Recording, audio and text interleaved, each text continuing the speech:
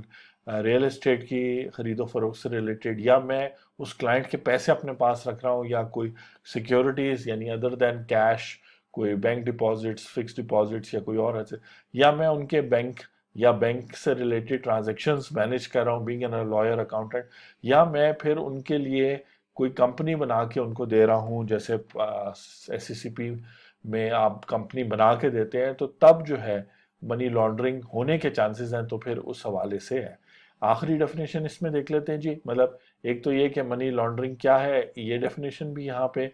اس کا ذکر ہے، ٹھیک ہے جی۔ لیگل پرسن کون ہے، یہ ساری ڈیفینیشنز ایڈ کی گئے۔ پہلے بہت ہلکا پھلکا سا وہ تھی، پراپرٹی سے مراد کہ ہر قسم کی پراپرٹی، ٹھیک ہے جی، ریکارڈ آ گیا، ریگولیٹر کا مطلب ہے regulator as given in schedule 4. یہ ابھی ہم دیکھیں گے ریگولیٹر کون ہے. اور ایس آر بی کا مطلب ہے سیلف ریگولیٹری باڈی. ٹھیک ہے, تو اسی لیے ہم جمپ کریں گے سیکشن 6A جو ابھی ایڈ ہوا ہے 24 ستمبر 2020 کو. اور اس میں کہا گیا ہے کیونکہ پہلے صرف financial monitoring unit state bank کا تھا, وہ فائنینشیل ٹرانزیکشنز کو ٹرانزیکٹ کرتا تھا, لیکن اتنی اربوں روپے کی ٹرانزیکشن ہوتی ہے کہ پاسبل نہیں. اور اس میں پھر دائرہ کار بڑھایا گیا اور کہا گیا کہ کچھ ایسے ادارے ہیں جو اور لوگوں کو ریگولیٹ کریں گے, اور ریگولیٹ اس طرح کریں گے کہ انہیں کہیں گے کہ جی رجسٹر ہو جاؤ. جیسے آپ کو ایف بی آر کا جو نوٹس آیا وہ یہی کہہ رہا ہے نا کہ آپ اینٹی منی لانڈرنگ کے تحت رجسٹر ہو جائے. تو آپ نے دیکھنا ہے کہ آپ کو رجسٹر ہونا ہے کہ نہیں ہونا. آپ اس لسٹ آف پرسن جو میں نے ابھی اوپر بتایا اس میں فال کرتے ہیں اور وہ ٹرانزیکشنز کر رہے ہیں جس کی وجہ سے آپ کو رجسٹر ہونا ہے. اسی طرح ایک دفعہ وہ رجسٹر کر دیں گے آپ کو یہ ادارے یا سیلف ریگولیٹری ادارے, اور پھر آپ کو بتائیں گے کہ کون کون سے کام آپ کر سکتے ہیں اور نہیں کر سکتے کیونکہ منی لانڈرنگ ہو رہی ہے. اور اس کے علاوہ یہ لمبی لسٹ ہے جو انشاءاللہ پھر وقت کے ساتھ ساتھ اور پھر ریکارڈ بھی مینٹین کرنا ہے. لیکن اگر آپ نے یہ سارا کچھ سمجھنا ہے تو ہم جائیں گے 4th شیڈیول میں, اور 4th شیڈیول جو ہے وہ سیکشن 6A کا تعلق اور اسی کے تحت نوٹسز ایشو ہیں. وہ کہتا ہے کہ اگر آپ جو ہے نا اسٹیٹ بینک کے ماتحت کوئی کے ریگولیٹری باڈی ہے, جیسے آپ کوئی بینک ہے, فارن ایکسچینج کمپنی ہے, تو پھر تو اسٹیٹ بینک آپ کا ریگولیٹر ہے, وہ آپ اس کے پاس رجسٹر ہو جائے اس قانون کے تحت بھی. ویسے تو آپ اگر آپ نے کوئی کمپنی بنائی ہے یا لمیٹڈ لائبلٹی پارٹنرشپ جو ایس سی سی پی بناتا ہے تو پھر آپ ایس سی سی پی کے پاس رجسٹر ہو جائیں اے ایم ایل اور سی ایف ٹی کے قانون کے مطابق. اگر آپ کوئی ریئل اسٹیٹ ایجنٹ ہیں, جولر ہیں, ڈیلر ہیں پریشس میٹل میں, اور ایسے اکاؤنٹنٹ ہیں جو نہ تو Institute of Chartered Accountants of Pakistan نہ Institute of Chartered Cost and Management Accountants of Pakistan کے پاس as a member, not as a student, اگر آپ اسٹوڈنٹ آف آئی کیپ ہے تب بھی آپ ایف بی آر کے پاس رجسٹر ہوں گے. مجھے بھی نوٹس آیا ہوا ہے ایز این اکاؤنٹنٹ رجسٹر ہونے کے لیے. اس کے علاوہ اگر آپ کسی نیشنل سیونگ کے انڈر آ رہے ہیں, پاکستان پوسٹ کے انڈر آ رہے ہیں, یا کسی اور جو ہے کہ کہتے ہیں انٹیٹی کے انڈر آ رہے ہیں, تو اس انٹیٹی کے ساتھ آپ رجسٹر ہوں گے. اور کچھ ایسے ادارے ہیں جو self regulatory body S R B, یعنی کہ اگر آپ Institute of Chartered Accountants of Pakistan کے مطابق آپ ممبر ہیں, چارٹرڈ اکاؤنٹنٹ ہیں, تو پھر آپ ایف بی آر کے ساتھ نہیں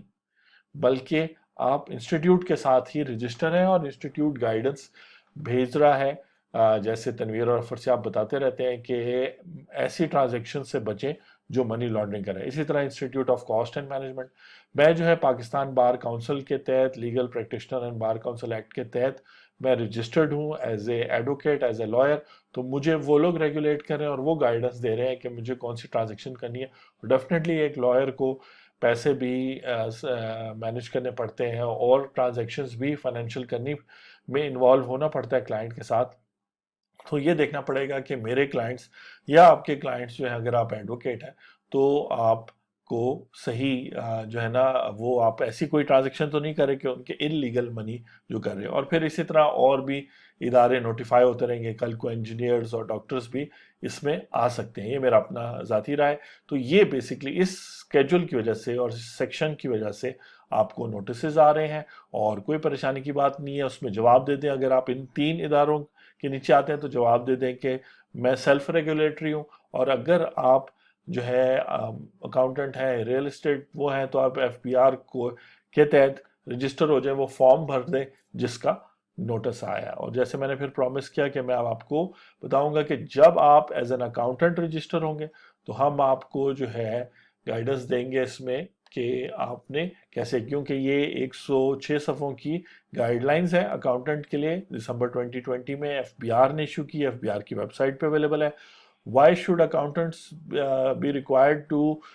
register with A M L, یعنی ایف بی آر کے ساتھ, اس لیے کیونکہ یہ گیٹ کیپر ہوتے ہیں. ان کو اکثر فائنینشیل ٹرانزیکشن سٹارٹ ہونے سے پہلے اکاؤنٹنٹ ان پیسوں کے بارے میں جانتے ہیں کہ یہ پیسے کہاں سے آ رہے ہیں, تو یہ رجسٹر ہوں گے.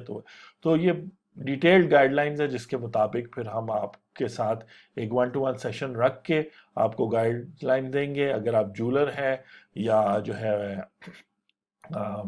ریئل اسٹیٹ ایجنٹ ہیں تب بھی ہم آپ کو گائیڈ لائنز دیں گے. تو آپ دیکھ رہے تھے ٹیکس دوستی رپورٹنگ ویڈیوز. میں ہوں آپ کا ٹیکس دوست اور ٹیکس ہوسٹ اینتھنی ولیمز، اور آپ سے نیکسٹ اس طرح ایک ویڈیو میں ملاقات ہوگی جو آپ کو ہیلپ کرے گی. Thank you very much.